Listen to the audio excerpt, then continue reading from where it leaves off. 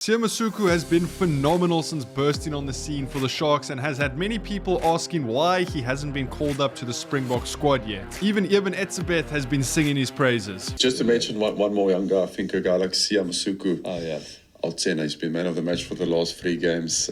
He's been quite impressive coming into the. I think he changed our attack quite a bit as well.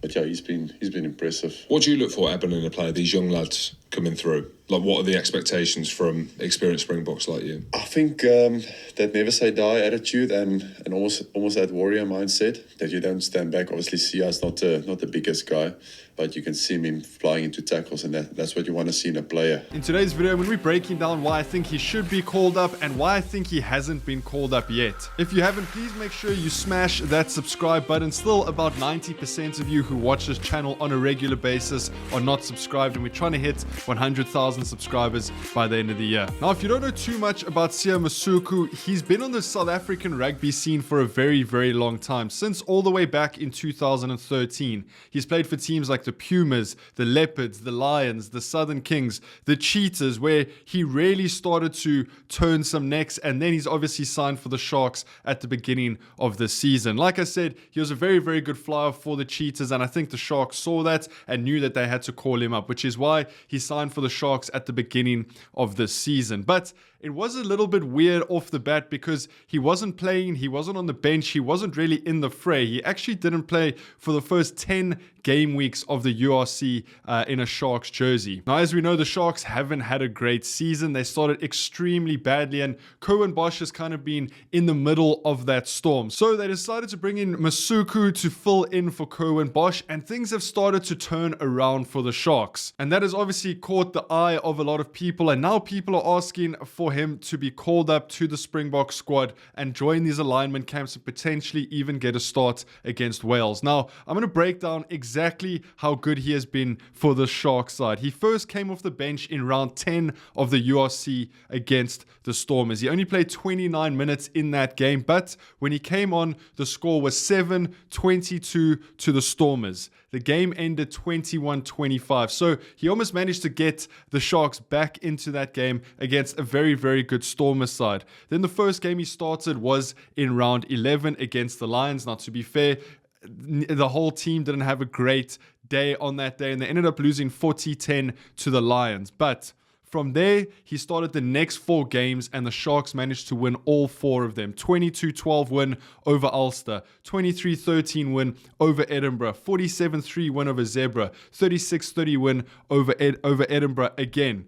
Then he doesn't start the next game against Glasgow, and they end up losing 21-10. He starts the next game for the Sharks against the Scarlets, and they end up beating the Scarlets away from home 32-27, where he assisted a couple of tries. His kicking game was phenomenal, and now he's been awarded a couple of man of the matches, 3 successive man of the matches in a row. Masuku is definitely trying to make a statement here. He's obviously one of the most informed fly-offs in the country at the moment. I do think him and Mani Leboka are probably the most informed fly-offs at the moment, but of the 14 games Masuku didn't start for the Sharks, they lost 10 out of 14.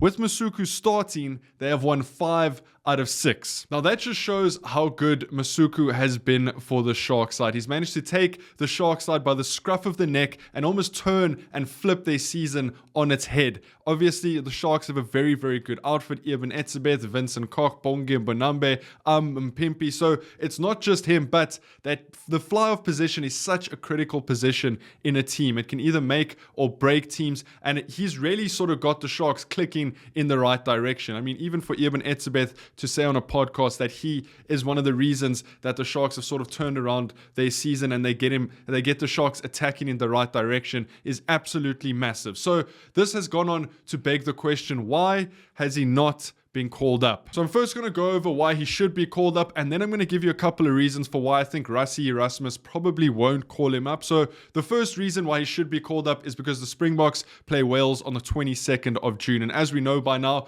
a plethora of Springboks are not going to be available for that test match because it's outside the international break, and the Bulls and Stormers will probably go quite deep in the URC, which means the fly-off is either going to have to come out of the Lions camp or the Sharks camp. So you would think that's absolutely perfect for Masuku to come out. The only competition he has is probably Nohamba and Jordan Hendrickse. But there's a couple of reasons why he probably won't start that game against Wales. Now, Rassie Erasmus is building towards the 2027 World Cup. We all know this. It's what he's done from 2019 all the way up to now. And you got to put yourself in Rassie Erasmus's shoes.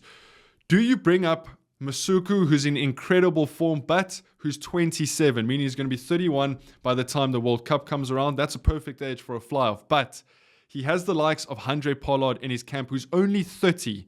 Handré Pollard has won 2 World Cups. He knows that box system inside and out. He's only going to be 34 by the time that 2027 World Cup comes around. And while he might not start every game, he will be a lethal weapon to bring off the bench and slot those penalties and conversions if need be. And then Rassie Erasmus also has Manie Libbok on the other side, where Manie Libbok is only 26 years old. He's in phenomenal form for the Stormers. Yes, kicking has been sort of his enemy and people do get onto him for that, but he is a very, very experienced fly-off. He has won a World Cup. He knows the box system inside and out, and he's 1 year younger than Masuku. So if you Rassie Erasmus, are you going to bring in Masuku, who's 27, when you've got a Pollard and a Libbok who already know the box system, who have been in good form, who are proven assets for the Springboks? You can't undervalue the form that Masuku is in, but you do have to think about it like that. He has Libbok, he has Pollard. Why not start a much, much younger fly half